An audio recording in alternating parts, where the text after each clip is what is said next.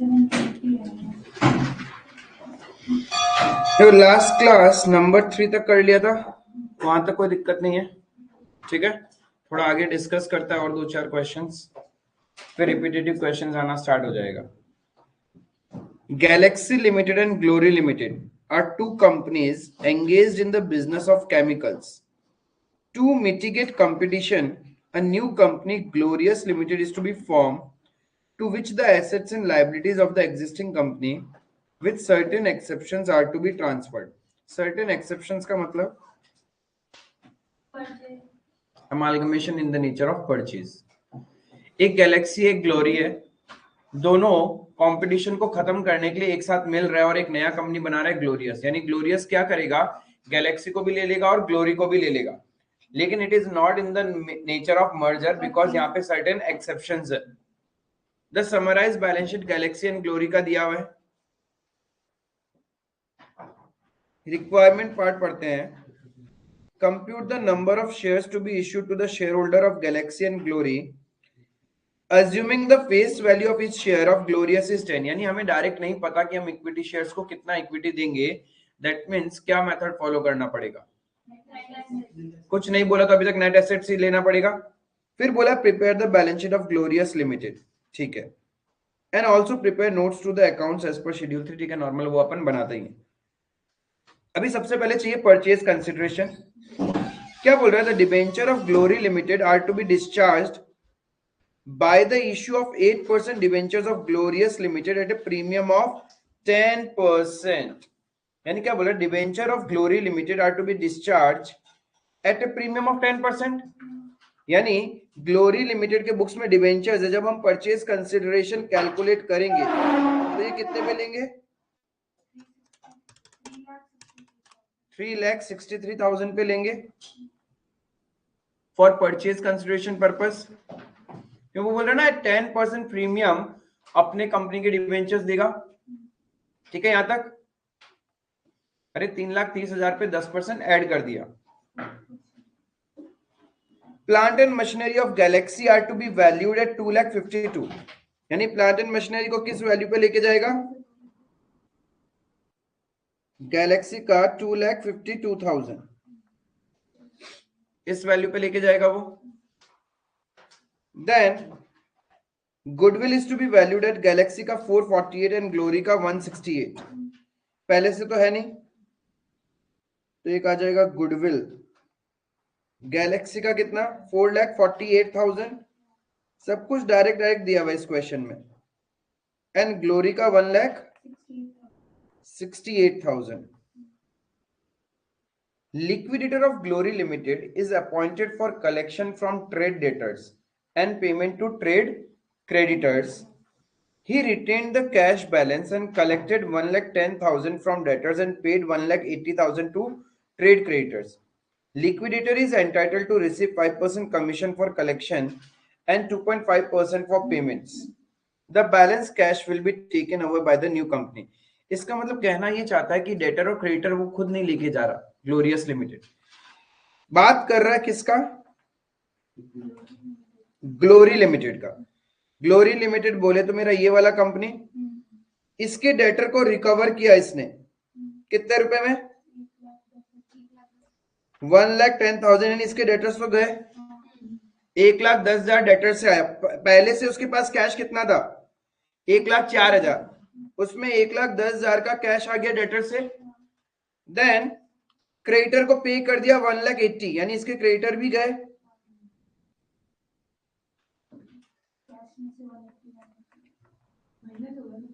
हाँ माइनस किया ना, अरे वो 1 से टच हो गया तो इसलिए ऐसे लग रहा है।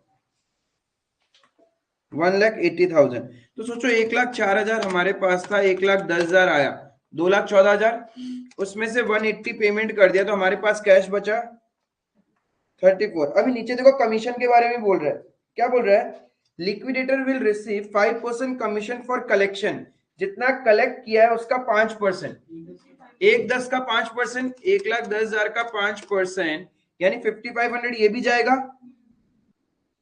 एंड पेड फिर क्या बोला, 2.5% फॉर पेमेंट, जितना पेमेंट कर रहा है उस पर 2.5% कमीशन भी लेगा। 4500 ये भी चला गया, तो हमारे पास कैश बच गया ये 24,000 ही क्या करेगा, ग्लोरियस लिमिटेड लेके जाएगा। समझ में आया? बस उसके बाद नॉर्मल मिल जाएगा परचेज कंसिडरेशन। तो सबसे पहले क्या करना है, कैलकुलेशन ऑफ परचेज कंसिडरेशन या फिर नेट एसेट्स। इजी है, फिर बैलेंस शीट तो इजीली आपसे बन जाएगा बाद में।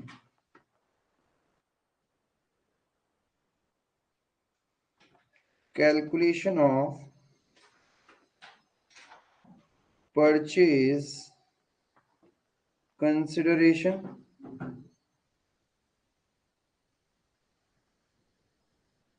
गैलेक्सी लिमिटेड, ग्लोरी लिमिटेड, जो जो assets and liabilities at agreed value पे दिखाएंगे अपन। एसेट्स में है फ्री होल्ड प्रॉपर्टी 588 336,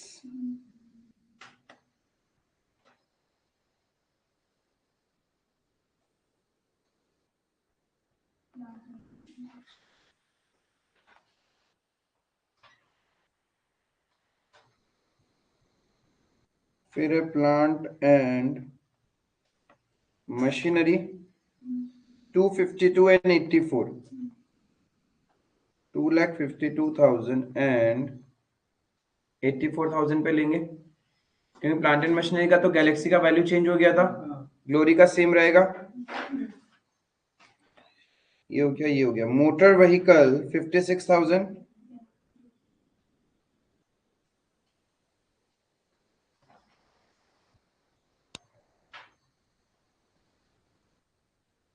गुडविल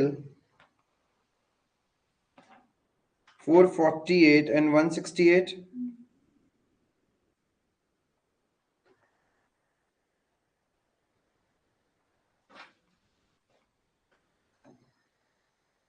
उसके बाद इन्वेंट्रीज, ये सारा काम हो गया। इन्वेंट्रीज 336 438, 336 438,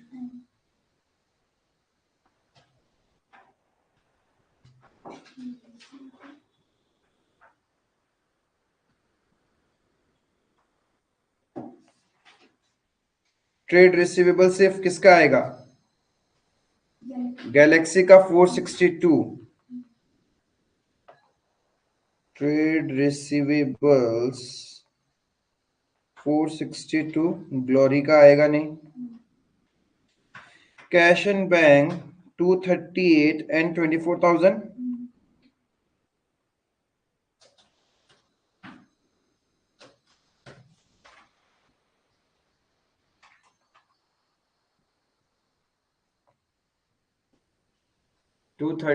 एंड 24,000, क्लियर है? तो ये हो गया एसेट्स वाला पार्ट। लाइबिलिटीज में क्या क्या है, 6% debentures and trade payables. 6% debentures किस वैल्यू पे, वो भी सिर्फ ग्लोरी लिमिटेड में है।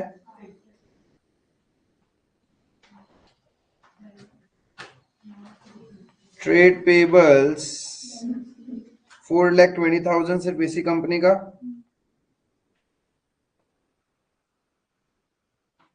This will be our purchase consideration.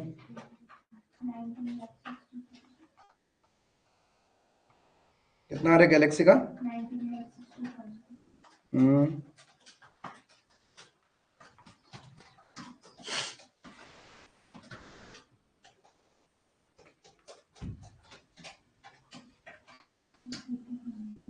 कितना आ रहा है?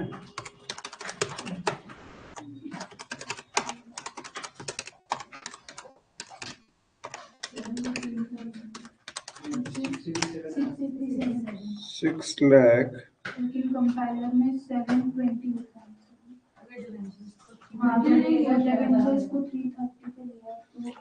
वो डिबेंचर्स अपने कंपनी, अच्छा सॉरी, यहाँ पे लिखा है कि 8% डिबेंचर देगा, लेकिन अपना डिबेंचर 10% प्रीमियम पे देगा। वो issue price will be the 10% premium, लेकिन उसको पैसा उतना ही मिलेगा। दैट मीन्स 3,30,000 डिवाइडेड बाय 110 करेंगे तो नंबर ऑफ डिबेंचर्स आएगा, तो डिबेंचर्स वो उतना ही रह जाएगा, उसको प्रीमियम पे नहीं दे रहा है वो।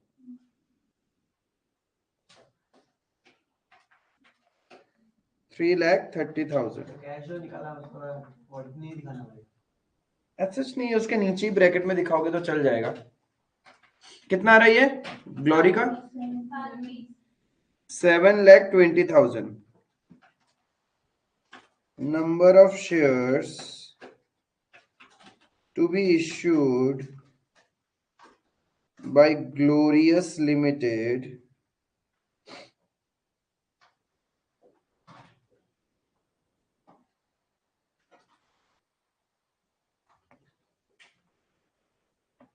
₹10 फेस वैल्यू पे दे रहा है वो, या नीचे लिख भी दिया था उसने ₹10 फेस वैल्यू, और इश्यू प्राइस भी उसका 10 ही रहेगा, तो कितना नंबर ऑफ शेयर्स देना पड़ेगा? गैलेक्सी को देगा वो 1,96,000 और उसको टोटल करके उतना आ जाएगा। ठीक है, यही निकालना था।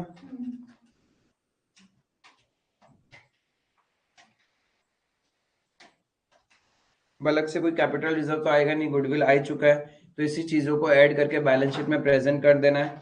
शेयर कैपिटल में ये आ जाएगा जितना शेयर्स इशू किया है, of the above all the shares issued for consideration other then cash.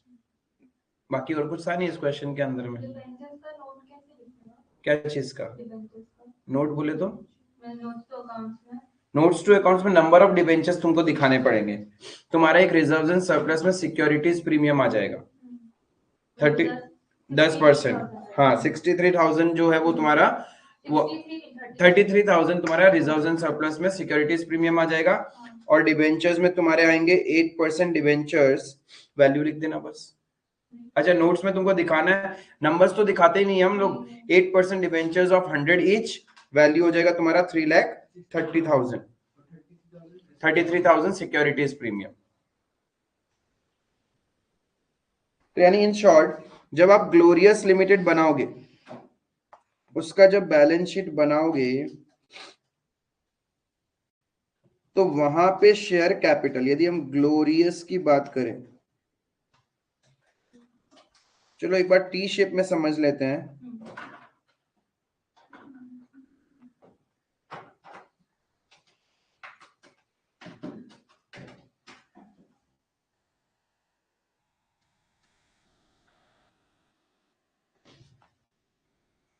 Share holder fund में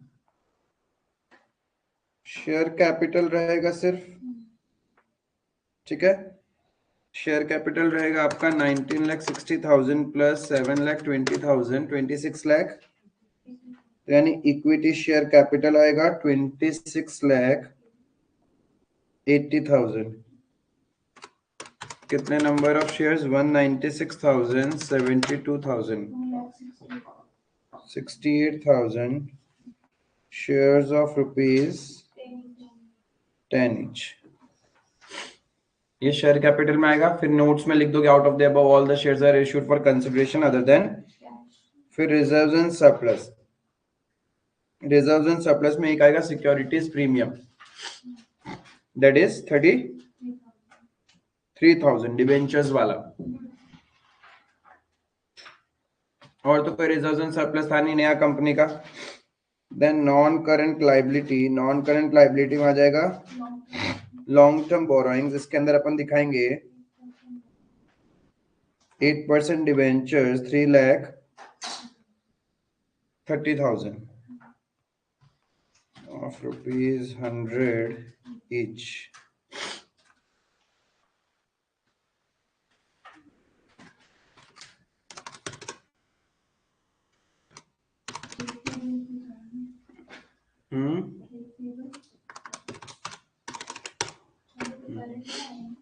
ये हो गया। जो रिजर्व एंड सरप्लस में जनरल रिजर्व और पीएनएल है, वो तो share holder equity share holder से रहेगा ना। वो तो पुरानी कंपनी का, ये तो इन द नेचर ऑफ परचेज है, और हमें गैलेक्सी और ग्लोरी का कुछ बनाना ही नहीं है, ग्लोरियस का बनाना है। गैलेक्सी और ग्लोरी बंद करते तो उसके इक्विटी शेयर होल्डर के साथ चला जाता वो। अब हमारे पास ये हो गया, डन डन। सिर्फ करंट लाइबिलिटीज है। करंट लाइबिलिटीज में ट्रेड पेबल्स आ जाएगा। कितने रुपए में लेके आए थे? 420, तो बस वही आ जाएगा। लाइबिलिटी साइड खत्म।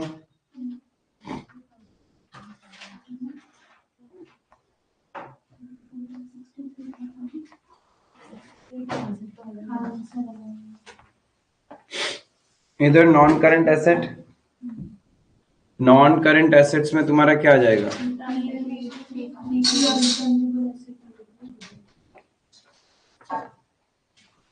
पीपीई, टेंजिबल और एक इनटेंजिबल। टेंजिबल में क्या क्या लिया? Free hold property, plant and machinery, motor vehicle. ये सबको ऐड कर लोगे। 588 का कुछ और वैल्यू था, ये ध्यान रखना।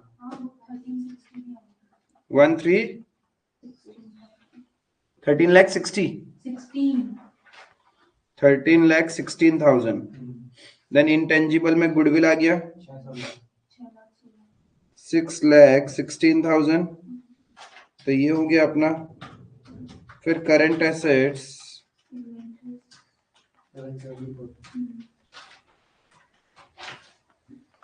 7,74,000. Then we have trade receivables, cash and bank. Trade receivables कितना? कैश एंड बैंक मैच हो रहा है क्या? क्यों? 33,000 का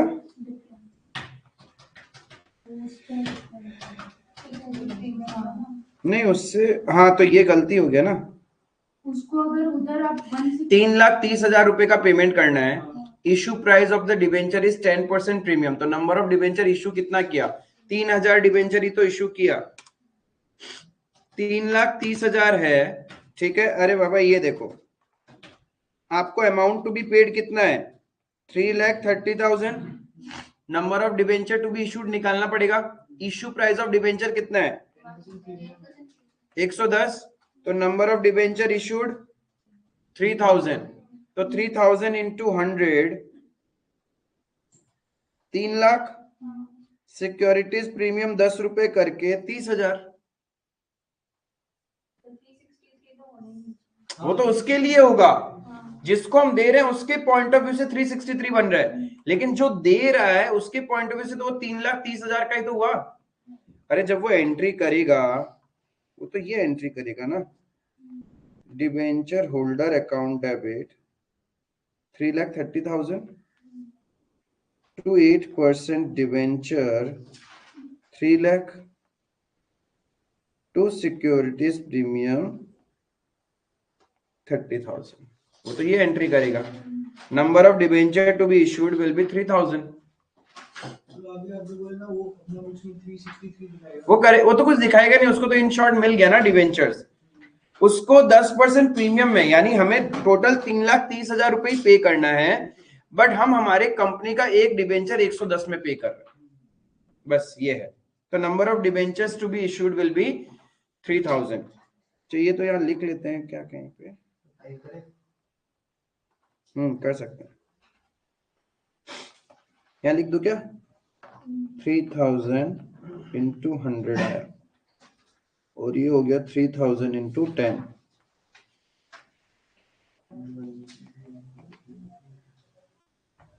आई थिंक अब मैच है।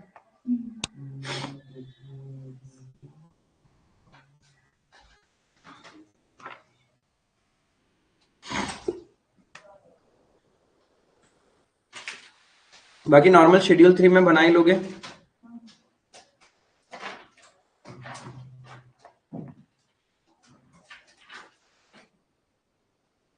यहाँ ऊपर में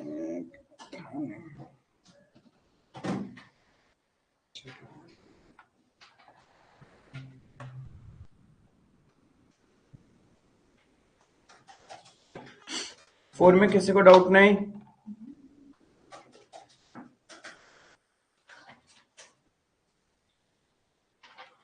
इजी सा क्वेश्चन आया था फॉर 20 मार्क्स बांटे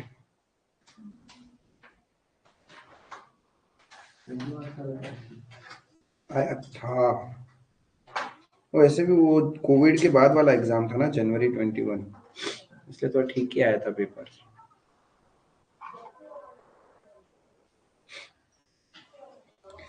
नंबर 5 क्या बोल रहा है? The summarised balance sheet of Black and White Limited. ठीक है जी, उनका बैलेंस शीट दिया हुआ है। Black Limited takes over White Limited on 1 July 2020। Balance sheet दिया हुआ है 31 मार्च का, टेक ओवर कर रहा है 1 जुलाई को, यानी अप्रैल मई जून, 3 महीना बिजनेस होने के बाद। यही तो कर रहे हो। कौन किसको टेक ओवर कर रहा है? तो ब्लैक हो गया मेरे लिए ट्रांसफरी और व्हाइट हो गया ट्रांसफरर।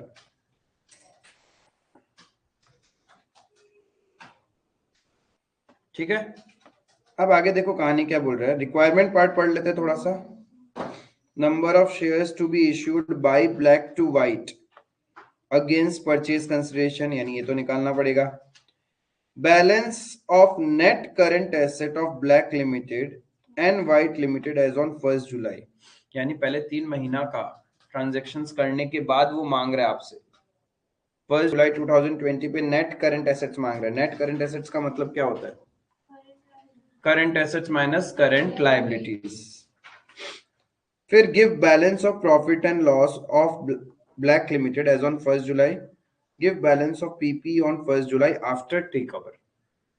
मतलब ज्यादा कुछ मांगा नहीं, कैलकुलेशन पार्टी आपसे मांगा है 10 मार्क के अंदर में। रीड द डेटा और पहला निकालने का कोशिश करो, परचेज कंसिडरेशन। क्या बोल रहा है पहले खुद से पढ़ो। चाहिए मुझे, और कोई तरीका है नहीं, इंट्रिंसिक वैल्यू पे जा नहीं सकते। नेट एसेट्स के लिए हम लोग का खरीद कब रहे हैं बिजनेस? 1 जुलाई 2020, तब तक के बदलाव कर दो बैलेंस शीट में। अब ब्लैक लिमिटेड की बैलेंस, व्हाइट लिमिटेड की बैलेंस शीट में क्या क्या बदलाव करना है? White Limited earned a profit of 2,40,000 after charging proportionate depreciation at the rate 10%. Proportionate depreciation at the rate 10% per annum का मतलब क्या होता है? 10% पूरा साल का है, पर एनम है, तो आपको प्रोपोर्शनेट मतलब 3 महीने का डेप्रिसिएशन माइनस करना है। किधर किधर किया हुआ है? प्रॉफिट है वो, तो पीएनएल का वैल्यू है, लेकिन बैलेंस शीट तो मेरे पास 31 मार्च की है। तो बैलेंस शीट के अंदर जो पीपीई है 2400, इसमें से क्या करना पड़ेगा? लेकिन पीपी का तो रिवैल्यू दिया हुआ है 1,20,000। क्या बोल रहे हो? अरे 1,20,000 ज्यादा दे रहा है उससे, अब जितना वैल्यू आएगा उसके ऊपर 120 और दे रहा है। वापस अंदर आइए। अरे हम खड़े हैं 31 मार्च पे, क्वेश्चन में बैलेंस शीट है 31 मार्च का, बिजनेस खरीद रहे हैं 1 जुलाई, तो 31 मार्च से लेके 1 जुलाई का इफेक्ट बैलेंस शीट में डालना पड़ेगा ना। उस दिन का हमारे पास है नहीं, क्योंकि सच में ही नहीं है। लेकिन उस 3 महीने का प्रॉफिट क्वेश्चन खुद कैलकुलेट करके दे रहा है, नेट प्रॉफिट आफ्टर डेप्रिसिएशन। किसमें? प्रॉफिट में आ जाएगा, लेकिन मुझे 31 मार्च से लेके 1 जुलाई का पहले बैलेंस शीट निकालना पड़ेगा। कैसे निकालूंगा? 3 महीना का एसेट से डेप्रिसिएशन माइनस करूंगा ना। हाँ तो वही तो कर रहे हैं। 2400 जो ये वैल्यू है, इसमें से तुम माइनस डेप्रिसिएशन करोगे या नहीं करोगे? ये तो 31 मार्च का है ना, 3 महीना का डेप्रिसिएशन माइनस करेंगे। रेट ऑफ डेप्रिसिएशन है 10%, यानी 1 साल का होता है 240, तो 3 महीने का कितना होगा? 60 रुपीज इन 1000 है, तो 60,000 पकड़ लो। ये माइनस करने के बाद पीपी का वैल्यू कितना बचता है?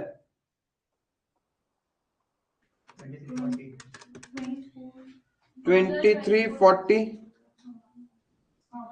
अरे ये क्लियर है? ये उस दिन का वैल्यू हो गया, यानी उस दिन का वैल्यू 1 जुलाई का वैल्यू हो गया 23। पहले तो इसी को ठीक किया हमने, उसके बाद देखो और क्या बोल रहा है वो। Goodwill of White Limited is valued at 2,40,000 and PP are valued at 120 above the depreciated book value on the date of takeover, यानी जिस दिन वो खरीद के लेके जा रहा है वाइट लिमिटेड को परचेज कंसिडरेशन निकालने के लिए, आप पीपी का वैल्यू क्या करोगे, 1,20,000 से और बढ़ा दोगे, यानी 1,20 से बढ़ जाएगा तो 2,340 प्लस 120 2,460 हो जाएगा ये, जस्ट फॉर परचेज कंसिडरेशन। फिर और एक क्या आ जाएगा उसमें, इन्वेंट्री सेम रहेगा, कुछ बोला नहीं, ट्रेड रिसीवेबल्स कुछ बोला नहीं है, कैश एंड कैश इक्विवेलेंट्स बदल जाएगा आपका, और गुडविल आ जाएगा ना एक, गुडविल कितना रुपए, ये बेसिकली हम लोग बस परचेज परचेज कंसिडरेशन के लिए, गुडविल वगैरह दिया नहीं है तो इसे तो बैलेंस शीट में आएगा नहीं। Just for purchase consideration 2,02,40। अब देखो समझो इस चीज में सीखने लायक क्या है, आराम से देखो साथ में करते हैं, ऐसा नहीं है कि बहुत ही इजी क्वेश्चन है, गुड क्वेश्चन है।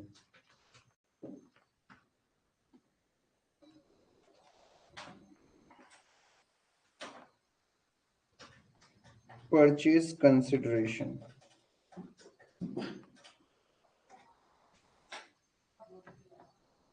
परचेज कंसिडरेशन में ब्लैक क्या करेगा, व्हाइट को लेके जा रहा है ना, तो ब्लैक 1 जुलाई पे जो जो वैल्यूज है उसी वैल्यूज के हिसाब से लेके जा रहा है। एक तो ब्लैक बोल रहा है मैं गुडविल के लिए देने को तैयार हूं, कितना,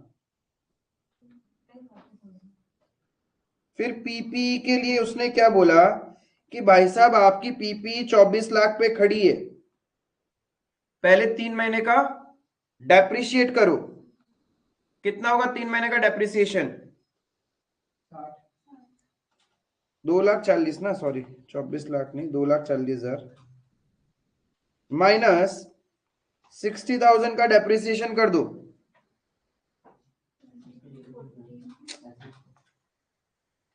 पीपी का वैल्यू कितना था 2400 इन 1000 सही है वैल्यूज, यानी 24 लाख, 24 लाख माइनस डेप्रिसिएशन कितना 60,000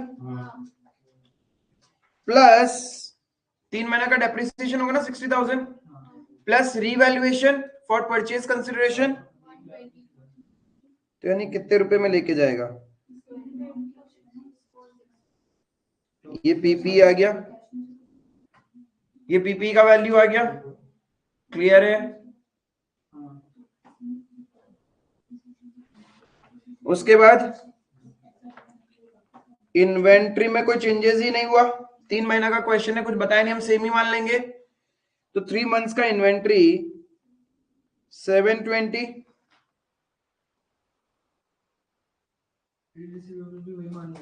trade receivables 10,80,000, cash and bank, यदि वही मान लिया तो आप बेवकूफ, क्यों बोलो क्यों, वो तो किया ही है 3 महीने में, भाई उसने कमाया है ना पैसा, तो पैसा कमाया तो रियलाइज तो किया होगा ना कैश, कैसे कमाया होगा, यदि मैं डेटर सेम मान रहा हूं तो यानी ड्यूरिंग द 3 मंथ कुछ तो सेल हुआ है, जो सेल हुआ है वो कैश रियलाइज ही तो हुआ होगा। अरे हर चीज का डुअल इफेक्ट होता है, एक तरफ आप प्रॉफिट बढ़ा रहे हो तो एसेट भी तो कुछ ना कुछ बढ़ेगी ना, राइट। तो आपका कैश एंड बैंक बैलेंस कितना था, 4,20,000 तो था ही, फिर आप बोल रहे हो कि आपने प्रॉफिट कमाया कितना, लेकिन दिस इज आफ्टर डेप्रिसिएशन, एक नॉन कैश एक्सपेंस माइनस करने के बाद है, तो हमने कहीं ना कहीं बिजनेस में जो डेप्रिसिएशन वाला वैल्यू है वो भी तो कमाया होगा ना, तो मेरा प्रॉफिट कितना है इसमें, चलो मैं ऐसे नहीं लिख के ऐसे लिख दूं, cash and bank balance 4,20,000 add profit after depreciation कितना 2,40,000, लेकिन भाई डेप्रिसिएशन वाला अमाउंट भी तो हमने कहीं ना कहीं कमाया ही है बिजनेस में, प्लस डेप्रिसिएशन जो कि नॉन कैश आपने जबरदस्ती माइनस कर दिया था प्रॉफिट से, वो 60,000 ऐड हो जाएगा माइनस डिविडेंड पेड। कितना डिविडेंड पे किया उन्होंने? 10%। 10%, and the face value of share capital is 3,60,000, sorry 36 lakh। 3,60,000 का तो डिविडेंड पे किया है। तो 36 लाख का 10% डिविडेंड दे दिया 3,60,000 का। तो कैश एंड बैंक बैलेंस कितना? 3,60,000 ही दिख रहा है।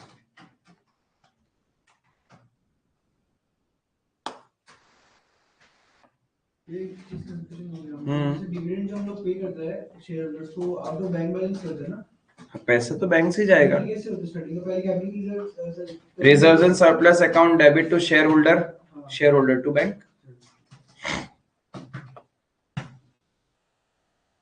ये आ गया cash and bank balance. Clear है? अरे इस क्वेश्चन में बस यही सीखने लायक था। उसके बाद क्या है? करंट लाइबिलिटीज वगैरह में क्या क्या है? लाइबिलिटीज में क्या है इनके पास? सीधा करंट ही है, नॉन करंट तो है ही नहीं। तो माइनस ट्रेड पेबल्स कितने का?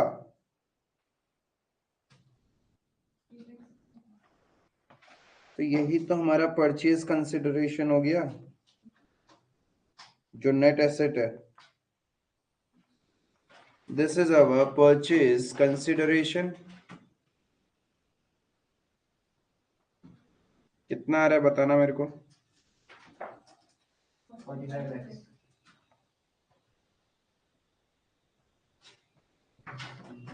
Therefore, number of shares to be issued by Black Limited at the rate rupees 100 each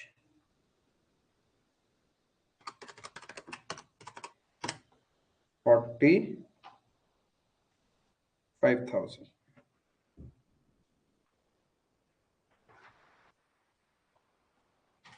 That was number one.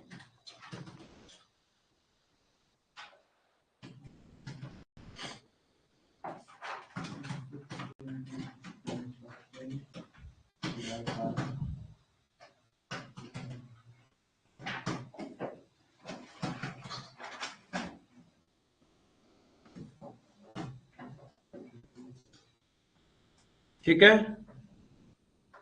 Net current asset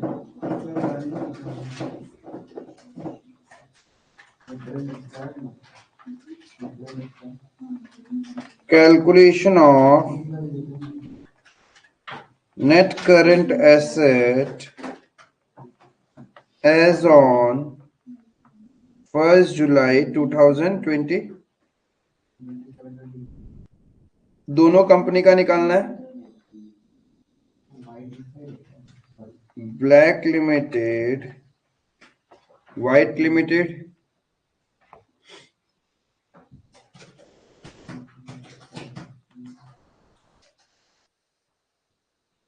current assets में क्या क्या लेंगे? इन्वेंट्री लेंगे, ट्रेड रिसीवेबल्स लेंगे। इसमें तो बदलाव बोला ही नहीं।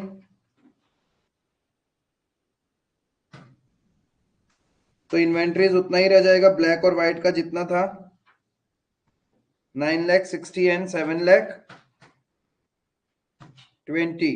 Trade receivables 16,80,000 and 10,80,000।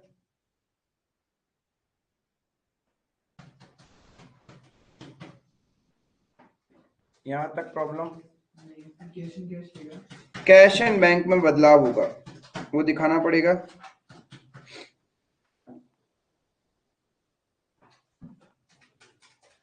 Cash and bank, अब डायरेक्ट वैल्यू लिख देना, क्या करें?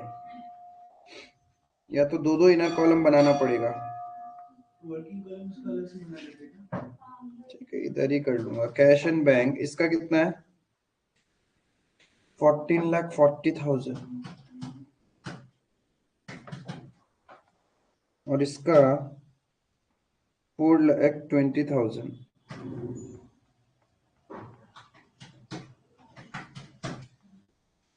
प्लस प्रॉफिट आफ्टर डेप्रिसिएशन कितना दिया हुआ था ब्लैक का 4,80,000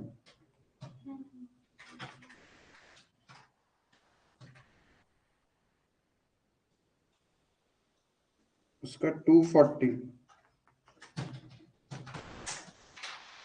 डेप्रिसिएशन ब्लैक का डेप्रिसिएशन कितना 9,000 या 90,000 थाउजेंड्स में रुपीज 90,000 आना चाहिए 9,000 नहीं 60,000 and 90,000 minus dividend paid white का तो पता ही है ब्लैक का 6 लाख कितना आ गया cash and bank balance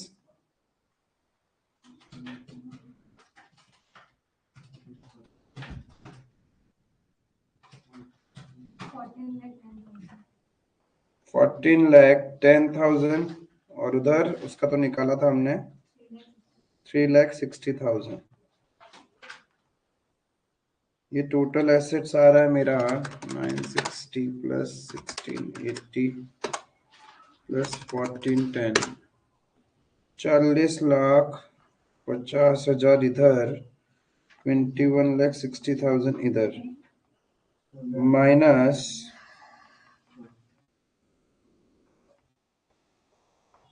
trade payables 6 lakh and 3,60,000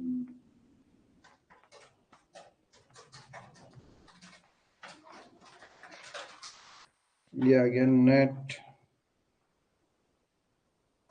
current asset 34,50,000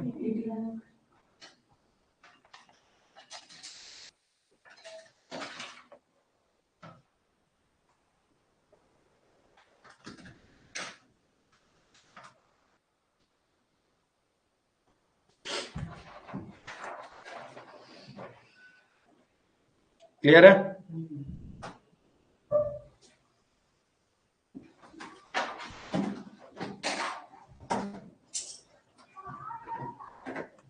balance sheet profit and loss देना है किसका दोनों का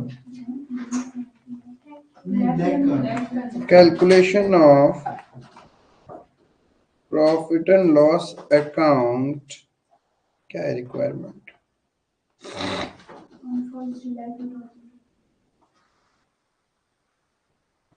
balance of Black Limited as on 1st July 2020.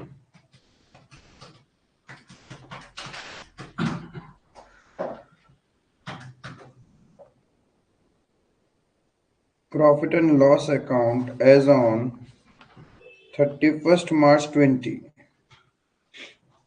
कितना बैलेंस दिया हुआ बैलेंस शीट में रिजर्व्स एंड सरप्लस में देखो पीएनएल होगा 7,20,000 इतना था माइनस डिविडेंड पेड जो प्रॉफिट से ही गया होगा 6 लाख का plus estimated profit after surgery for 3 months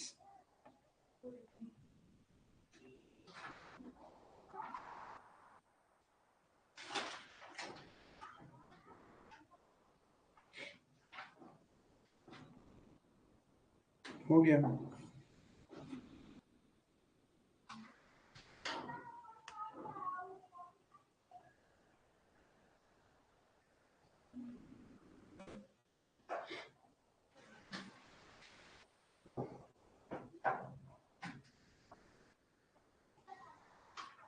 समझ में आ रहा है?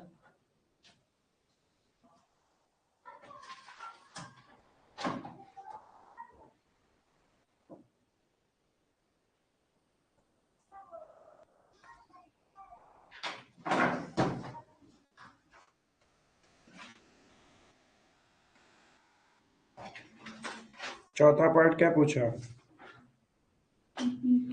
Balance of PP after take over.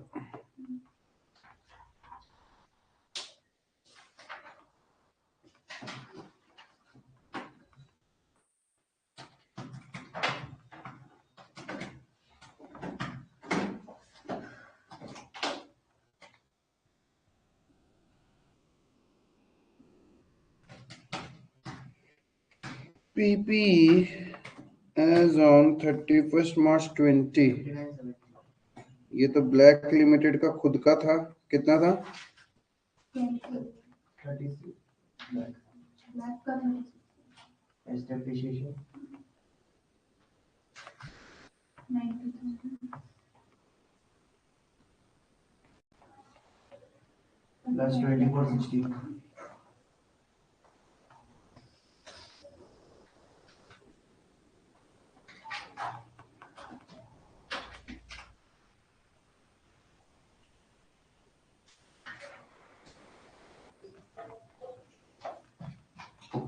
कितना वैल्यू पे लेके आया था? 2460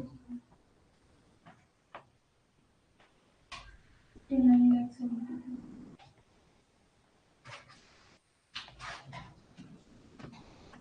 हो गया.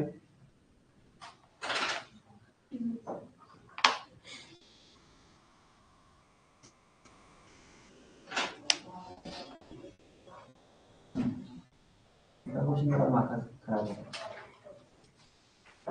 ठीक था. कैलकुलेशन था. पहला वाला पार्ट यदि हो गया तो फिर बाकी हो जाता है. पहला में जो सीखने लायक था वो तो कैश एंड बैंक बैलेंस. यदि प्रॉफिट कमाया है तो रियलाइज्ड इन कैश ही होगा. बाकी कुछ चीजें बदल नहीं रही बैलेंस शीट की, तो क्या चीज इफेक्ट हो रहा होगा? वही तो, वो एक सीखने लायक पॉइंट था. वो मार्क करके रखना कि कैसे क्या था. Reserves and surplus to equity shareholder to bank. In short, reserves and surplus to bank. इसमें डिविडेंड का अलग से अकाउंट नहीं बनता क्या? वो तब बनता है जब तुमने समझ लो 28 मार्च को डिविडेंड डिक्लेयर किया है और पेमेंट करेगा अप्रैल में, तब पे डिविडेंड पेबल बोल के रह जाएगा. Reserves and surplus account debit to dividend payable और फिर dividend payable to bank. Dividend तुम्हारे बुक्स में लायबिलिटी तभी हो सकता है डिक्लेयर कर दिया बट अभी तक पे नहीं किया. डिविडेंड खर्चा नहीं है क्या? नहीं, बिजनेस के लिए कोई एक्सपेंस नहीं. It's an appropriation of profit. इस पे कोई टैक्स वैक्स नहीं लगता. Tax in the hands of receiver लगता है. ठीक है. ये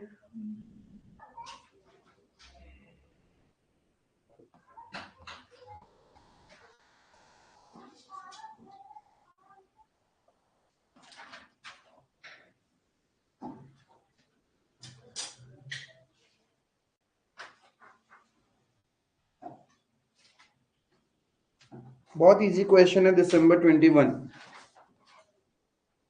ऐसे लेवल के क्वेश्चन तो कर चुके हैं. सबसे पहले मैं आपको लास्ट 2 लाइन बता दूं.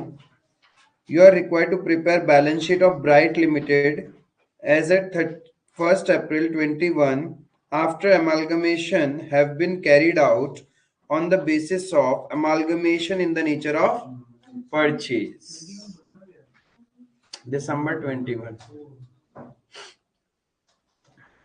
ठीक है. In the nature of purchase है. अपने को balance sheet of bright limited बनाना है. बेसिकली ब्राइट लिमिटेड शायद ट्रांसफरी कंपनी होगा. डार्क और फेयर खत्म होके एक नया कंपनी बन रहा है, ब्राइट लिमिटेड. ठीक है. अब यहाँ पे देखो क्या बोल रहा है नीचे. Bright limited will issue 5 equity shares for each equity shares of dark limited and 4 equity shares for each equity shares of Fair Limited. The shares are to be issued. The same question किया था at ₹35 each having a face value of ₹10 per share. दोनों same language था ये ₹35 वाला. कोई 2 बोल रहा है, कोई 3 बोल रहा है.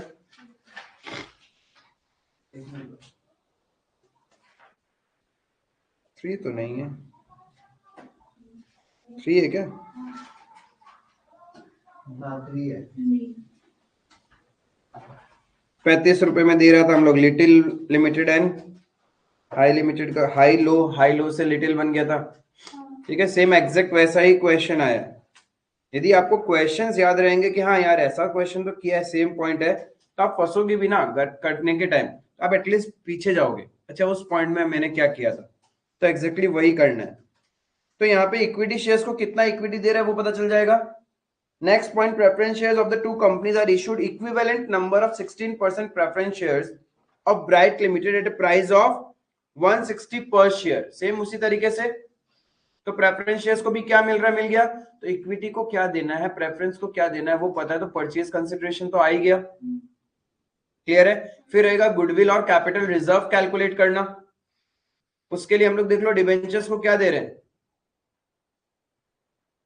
यहाँ पे देखो सेम वही पॉइंट है कि 10% डिबेंचर होल्डर है जिसको आप 16% वाले डिबेंचर्स दोगे, लेकिन सेम होना चाहिए इंटरेस्ट का अमाउंट, जितना उन लोग 10% में कमा रहे थे उतना ही उन लोग 16% वाले डिबेंचर्स में भी कमाने चाहिए।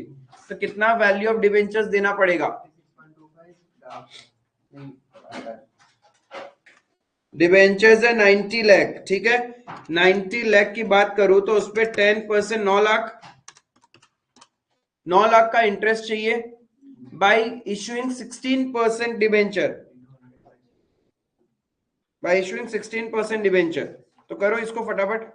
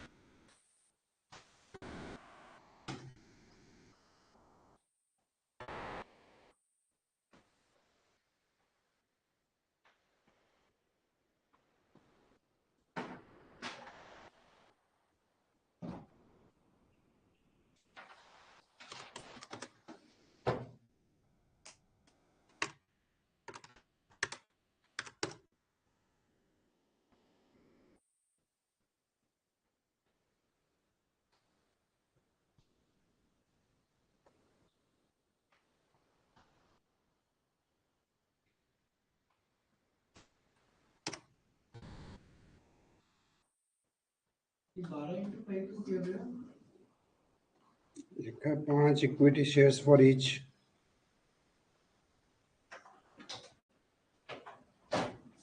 हाँ तो 5 टोटल कितना हो गया, टोटल 12 लाख हो गया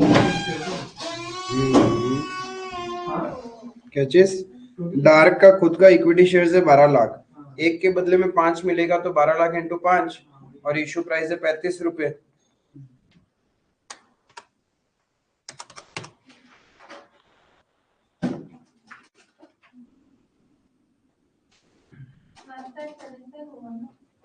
क्या चीज, हाँ 1575 ही।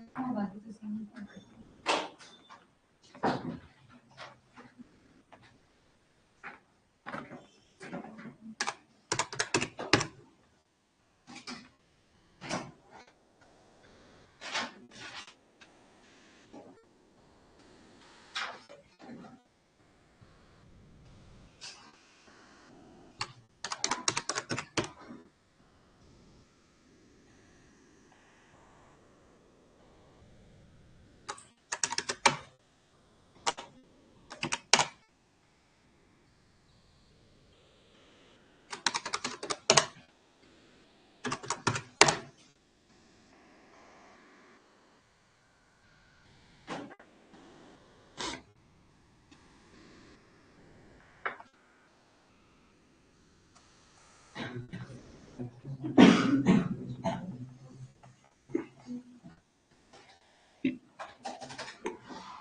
भी तुम लोग देख रहा है बेशरम। वो मेरा ये इसका ब्लैक एंड व्हाइट वाला बदल के करना क्यों तो क्या हुआ, क्वेश्चंस में तुम लोग ऐसे गलती करोगे तो कैसे चलेगा?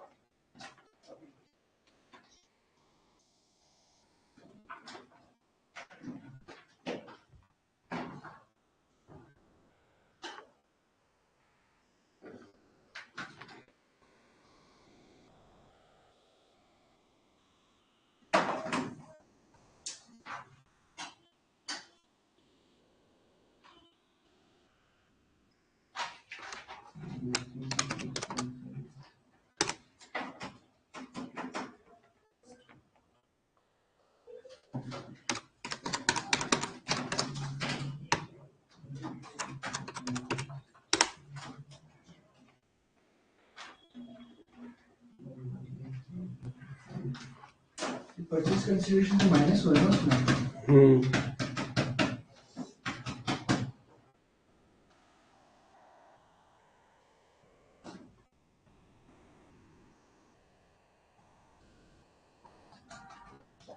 बुक्स नहीं बनाना था इसलिए ऐसे बना के दिखाया ना गुडविल ये कैपिटल रिजर्व। हाँ,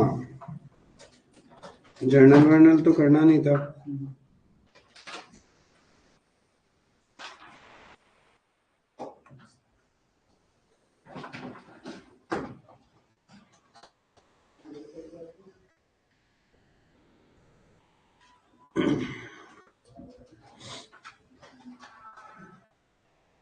ये गुडविल का अमाउंट में जो मतलब ये जो गुडविल निकला है ये गुडविल हम लोग क्या बोलते हैं डार्क लिमिटेड और फेयर लिमिटेड से लेके आए गुडविल, क्योंकि हमने पैसा ज्यादा दिया है जितना हम लोग का था, तो हमने गुडविल का पैसा दिया है।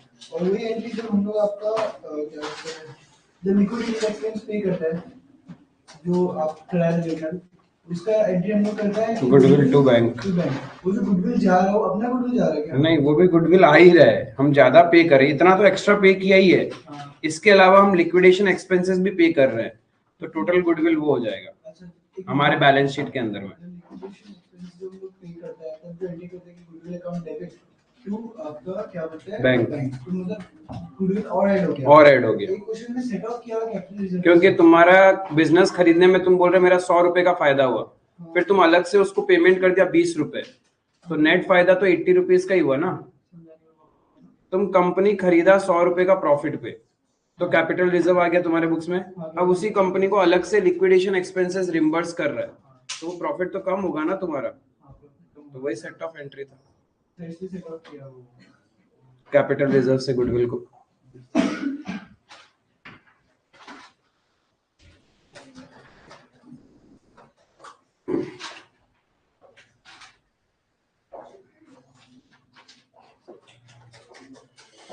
अब तो क्या नॉर्मल है बैलेंस शीट।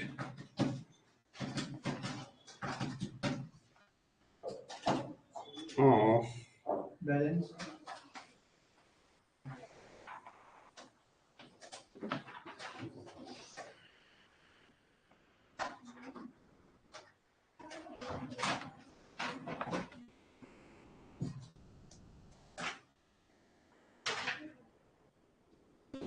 इसमें नहीं लिखना है भैया आफ्टर अमालगमेशन। क्या चीज?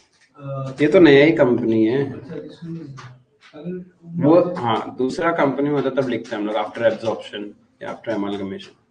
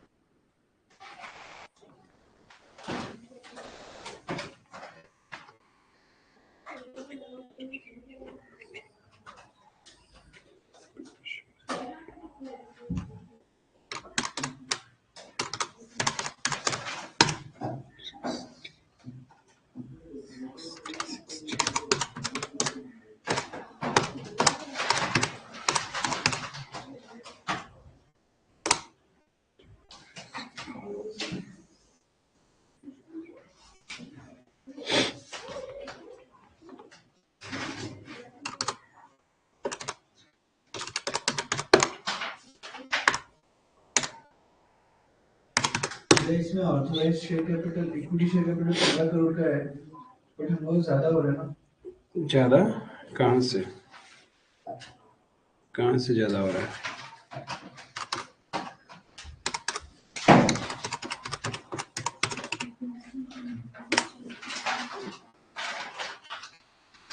दस करोड़ 50 लाख की तो हो रहा है।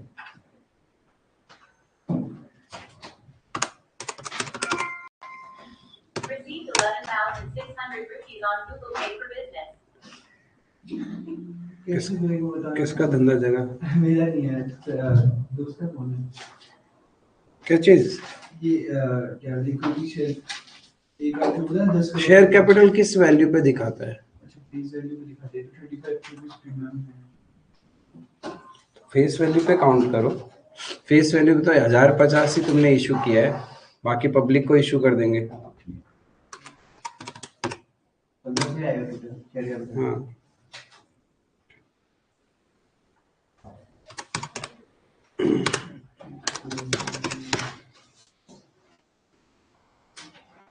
पंद्रह सौ वो प्लस तुम्हारा security preference share 750, 2250 lakh.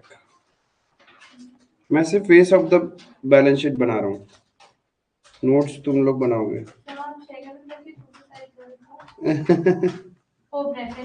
Preference shares भी तो शेयर कैपिटल में ही ऐड होगा, ठीक है? सिर्फ इक्विटी क्यों लूंगा? रिजर्व एंड सरप्लस में तुम्हारे पास सिक्योरिटीज प्रीमियम आएगा, बस एक ही आएगा सिक्योरिटीज प्रीमियम, वो आ जाएगा तुम्हारा 60, 45 प्लस 60, 105 इंटू 25, 2625, 2625, 425 प्लस 3 इंटू 60, 450, 3075।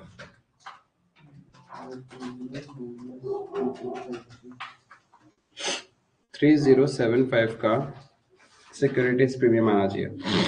अरे 12 इंटू 5, 60 लाख इक्विटी शेयर्स तो इसको दे दिए, फिर 11.25 इंटू 4, 45 लाख उसको, तो 60 प्लस 45 यानी तुम 1,05,00,000 शेयर्स दे रहे 35 रुपए में। हाँ 2250 माइनस 2820 माइनस 205, क्या किया? 2250 और नीचे का दोनों माइनस कर दो, हाँ तो उससे इससे आएगा ना 2250 से 2250 में तो पब्लिक वाला भी तो एडेड है, उसको कौन हटाएगा? तो 15 से माइनस नहीं करेगा, 1500 तो टोटल हुआ ना, हाँ, उसके अंदर में माइनस करेगा तो एसपी निकल जाएगा। ये माइनस करेगा 2100 और 1575, उससे सिर्फ शेयर कैपिटल का, इक्विटी वाले का निकलेगा। इक्विटी और प्रेफरेंस दोनों में तो सिक्योरिटीज प्रीमियम है।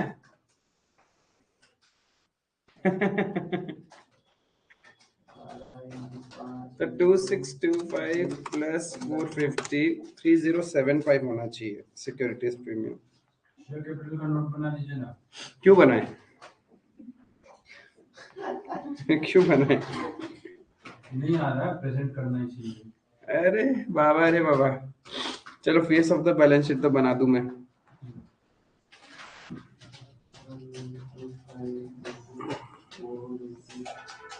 इतना इजी पार्ट, थोड़ा सा बुद्धि अब तो चलना चाहिए।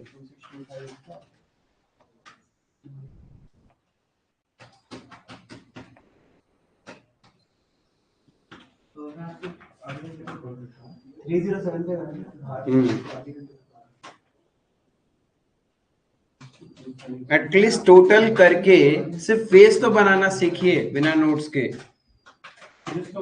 हाँ फेस तो, अरे फेस में वैल्यूज आ जाएगा तो वहां पे भी आ ही जाएगा नोट्स में। मेरा 18 से आ रहा है, 2250 नहीं आ रहा। अरे जो पब्लिक को देगा नहीं क्या? लास्ट पॉइंट पढ़ा था, इक्विटी टोटल ऑथराइज्ड है 15 करोड़ का, जिसमें से तुमने डार्क और फेयर को जो दे दिया है, उसके अलावा जितने शेयर्स बच जाएंगे वो पब्लिक को इश्यू करना है, और वो फुल्ली सब्सक्राइब्ड होके पैसा आ गया।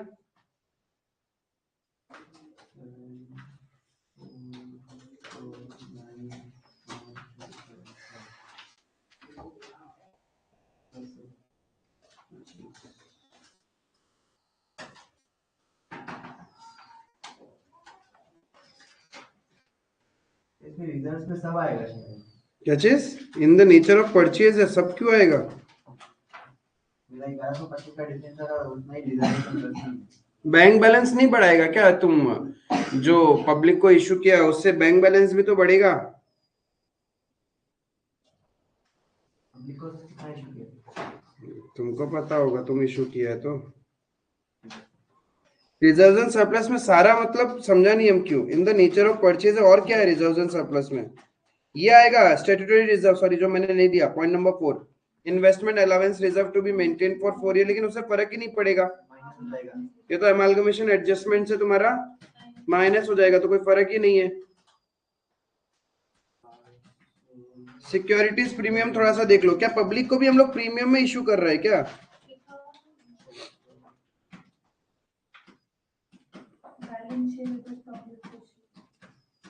तो उतने पे इशू करेंगे बाय डिफॉल्ट, यहाँ पे वही होगा कि यदि तुम नॉर्मल कंपनी को 35 रुपए में बेच रहे हो, अपने शेयर इशू कर रहे हो, तो पब्लिक भी उतने में खरीदेगा ही खरीदेगा, तो यहाँ पे सिक्योरिटीज प्रीमियम तुम्हारा पब्लिक वाला भी बढ़ जाएगा। 3075 तो है ही। पब्लिक को कितना दे दिया हमने? पब्लिक को कितने शेयर्स दिए थे?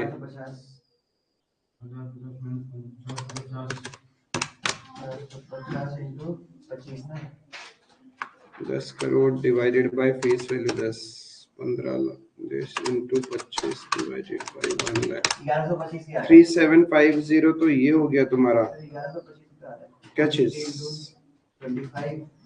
3750 तो प्रीमियम हो गया इक्विटी शेयर कैपिटल पे, पब्लिक पे 1125 टोटल बोल रहा हूँ पब्लिक को ऐड करके मैं।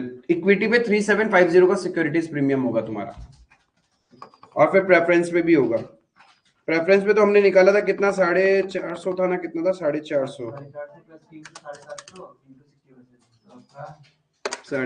4200 का सिक्योरिटीज प्रीमियम होगा।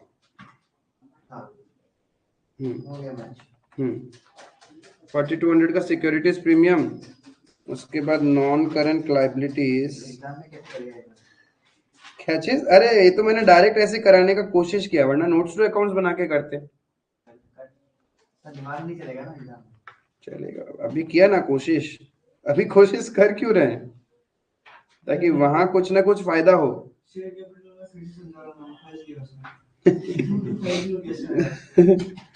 लॉन्ग टर्म बोरोइंग्स को नोट्स बनाओ, नोट्स टू अकाउंट, जिसका डायरेक्ट नहीं निकल रहा बाबा वो नोट्स टू अकाउंट्स बनाओ। 84.375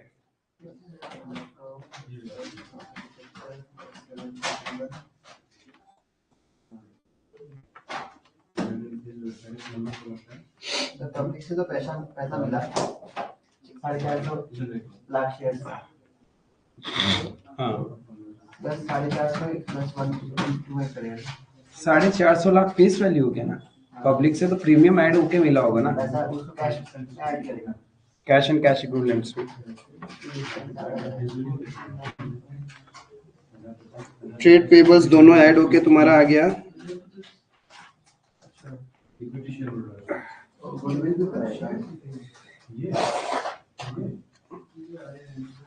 कैश कम भी होगा बाबू, रिम्बर्स कर रहा है वो पेमेंट एक्सपेंसेस।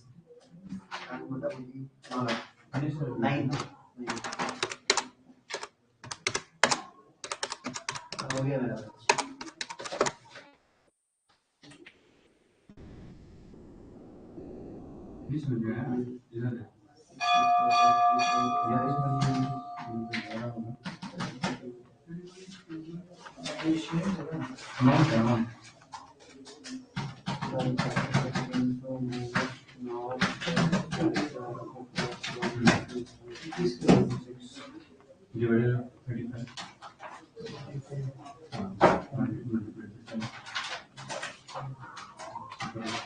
आज के लिए इतना ही है।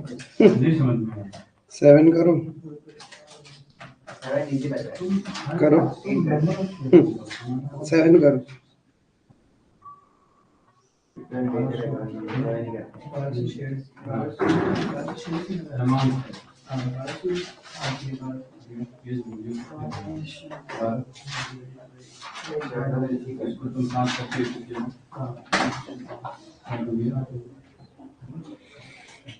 पीपी ऐड करने के बाद कितना आ रहा था?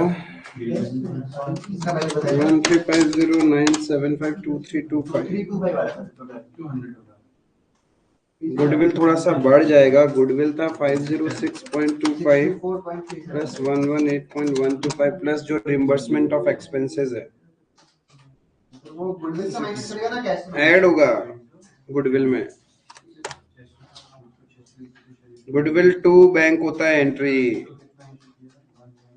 633.375। कम क्यों होगा?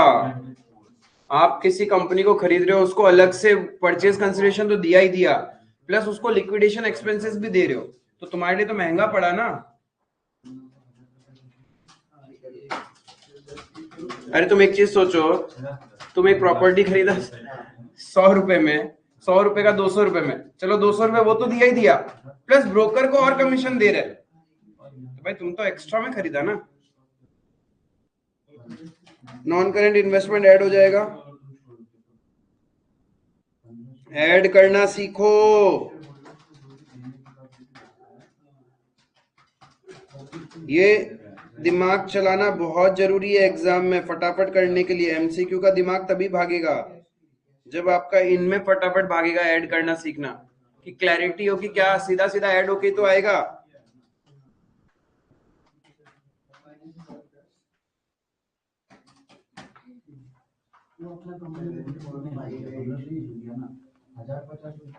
कैश से भी तो माइनस होगा ना। हाँ डबल इम्पैक्ट आएगा।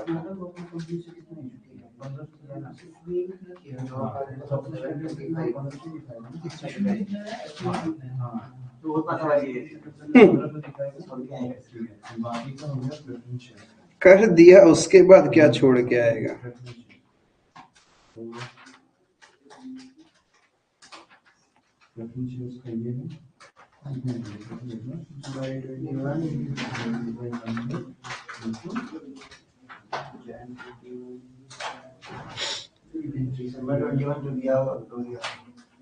तो क्वेश्चन से कर रहे हैं ना।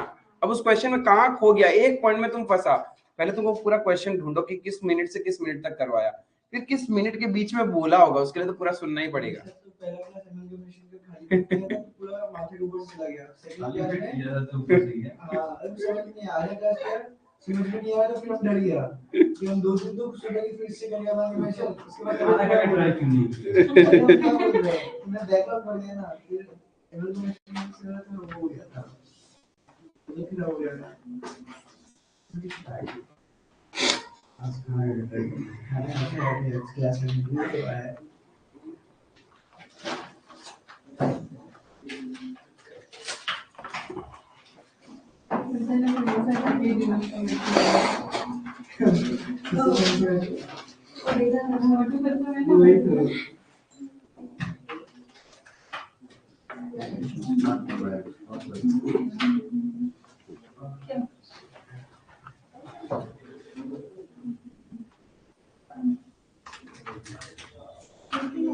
आप देख लो जिसको नहीं समझ में आया था। शेयर्स रुपीज 10 each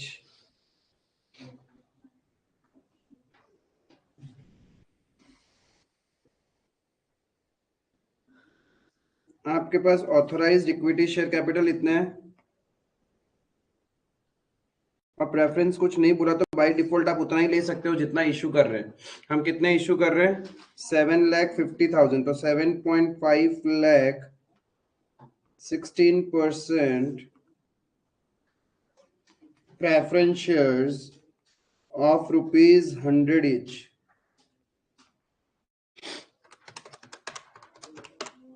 तो ये तो जस्ट एक इंफॉर्मेशन हो गया।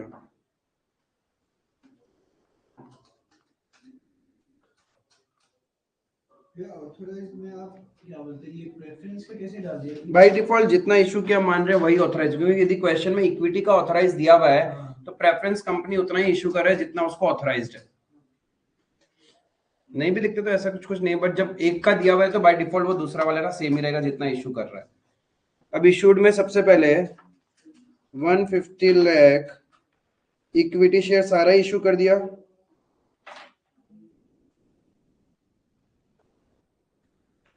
Ten each 1500 out of above consideration other than cash कितने शेयर्स थे? consideration other than cash number of shares, हाँ नंबर ऑफ शेयर्स बताना। 12 into 5 6,050 ना। 1050 लाख शेयर्स, बाकी सारे 400 पब्लिक इशू थे। Lakh shares issued for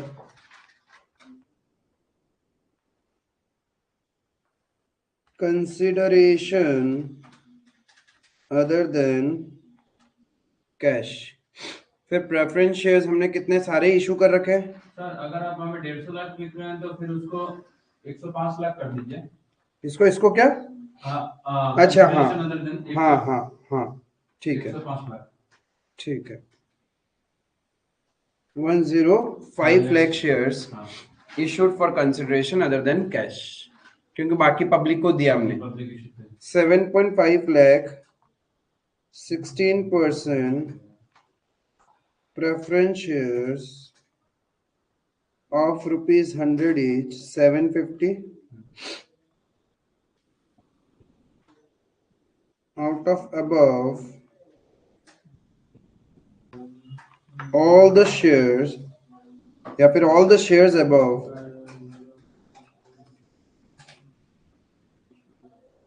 all the shares above were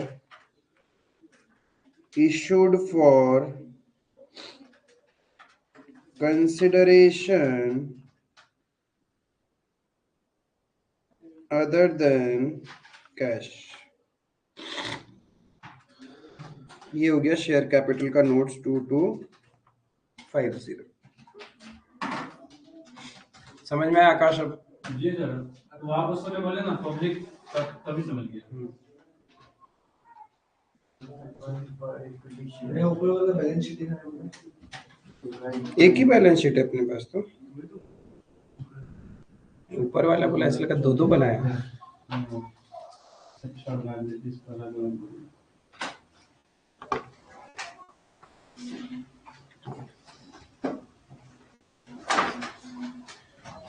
मैं reserve and surplus लिखना जरूरी है। यस यस यस यस फिर भूल से फिर कैंसिल नहीं हो जाएगा ना। ब्रो दिखाना तो पड़ेगा।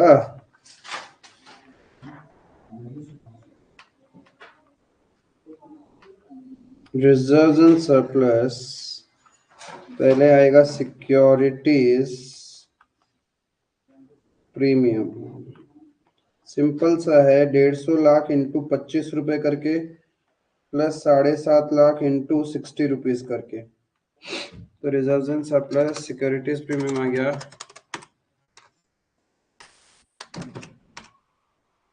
4200।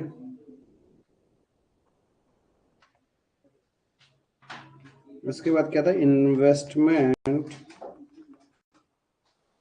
अलाउंस रिजर्व को कैरी फॉरवर्ड करना है 150। इसके साथ साथ आ जाएगा एमालगमेशन एडजस्टमेंट रिजर्व 150 माइनस में, तो हो गया।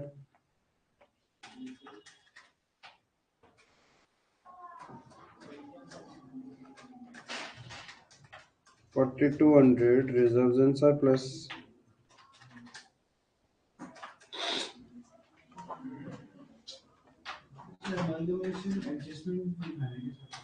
अरे तो स्टैट्यूटरी रिजर्व्स लेके आएंगे तो एंट्री तो यही होगा ना।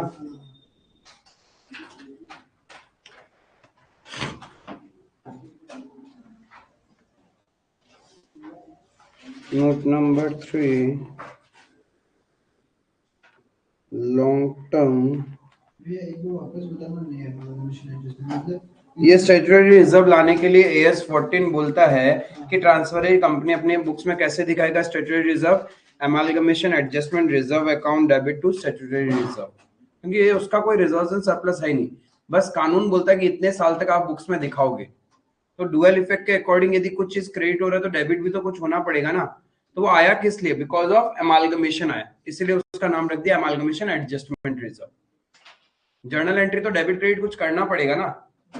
आया होगा तब लाइबिलिटी के साथ ही आया होगा ना। नहीं, इफ लाइबिलिटी के साथ आया होता तो हर बार परचेज कंसिडरेशन में उसको काउंट करते। कभी करते हो क्या स्टैट्यूटरी रिजर्व को काउंट? ये लॉ की ऑब्लिगेशन, हम नहीं खरीद रहे इसको।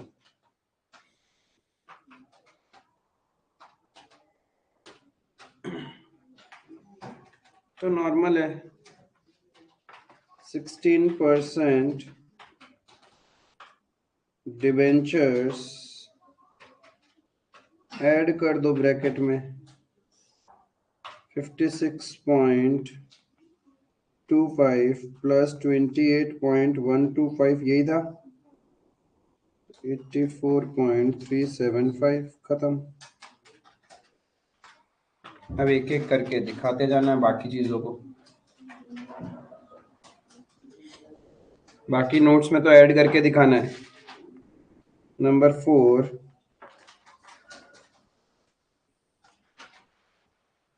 Trade payables dark limited fair limited.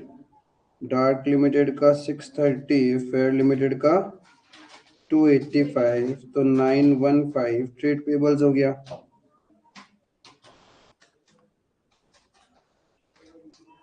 PPE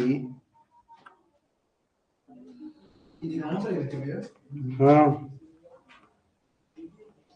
land and building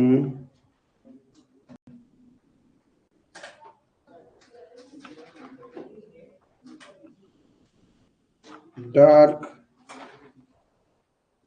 fair कितना कितना था लैंडन बिल्डिंग डार्क और फेयर का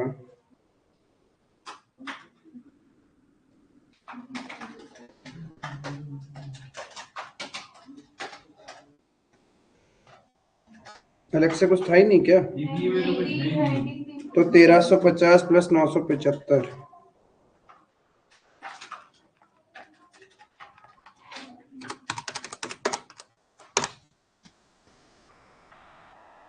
2325।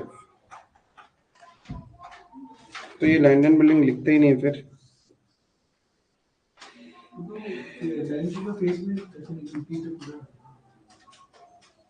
पीपी का बाइफिकेशन तो कुछ था ही नहीं ना। नहीं हाँ, तो बस कुछ देने का जरूरत भी नहीं था। फिर ये लैंडन बिल्डिंग भी नहीं आएगा लिखा हुआ। ये पीपीई नहीं है काट दिया। और क्या है बैलेंस शीट में कितना बनाना है? नॉन करंट इन्वेस्टमेंट्स है। इंटेंजिबल में गुडविल था।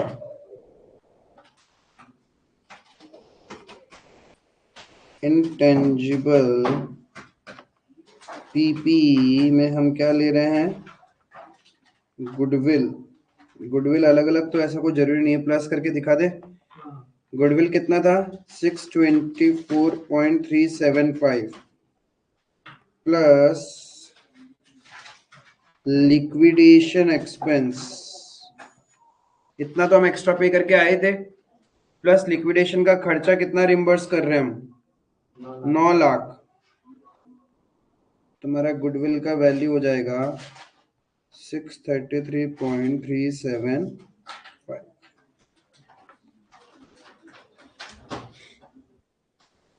अब ऐसे ही इन्वेस्टमेंट को अलग अलग करके दिखा दो। नोट क्या ही बना रहे हैं, उसको ऐड करके दिखा दे क्या? छोड़ो ना, इसका नोट नहीं बनाते हैं, ये बना लेंगे। Cash and cash equivalent. Non current investments कितना था? 300 होगा टोटल 225 225 प्लस 75। वैसे ही इन्वेंट्रीज कर लेते हैं 525 375। Trade receivables 450 525। Cash and cash equivalents बना लेते हैं क्योंकि इसमें तो ऐसा कैलकुलेशन था। बाकी तो वही ब्रैकेट में शो कर दिया। तो नॉन करंट इन्वेस्टमेंट उड़ाया क्यों? 225 प्लस 75 300।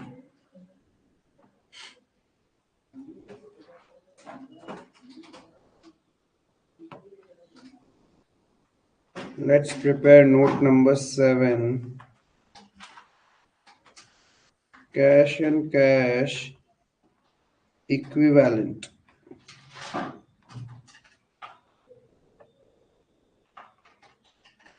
डार्क लिमिटेड से कितना कैश आया और फेयर लिमिटेड से कितना आया? डार्क से 450, फेयर से 300।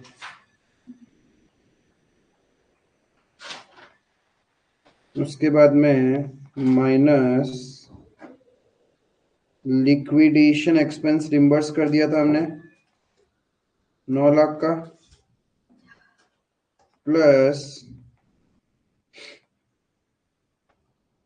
इशू ऑफ शेयर्स, पब्लिक को इशू किया था ना, हाँ 45 लाख शेयर्स इशू किए थे एट द रेट ₹35। बैंक में तो उतना ही आएगा 1575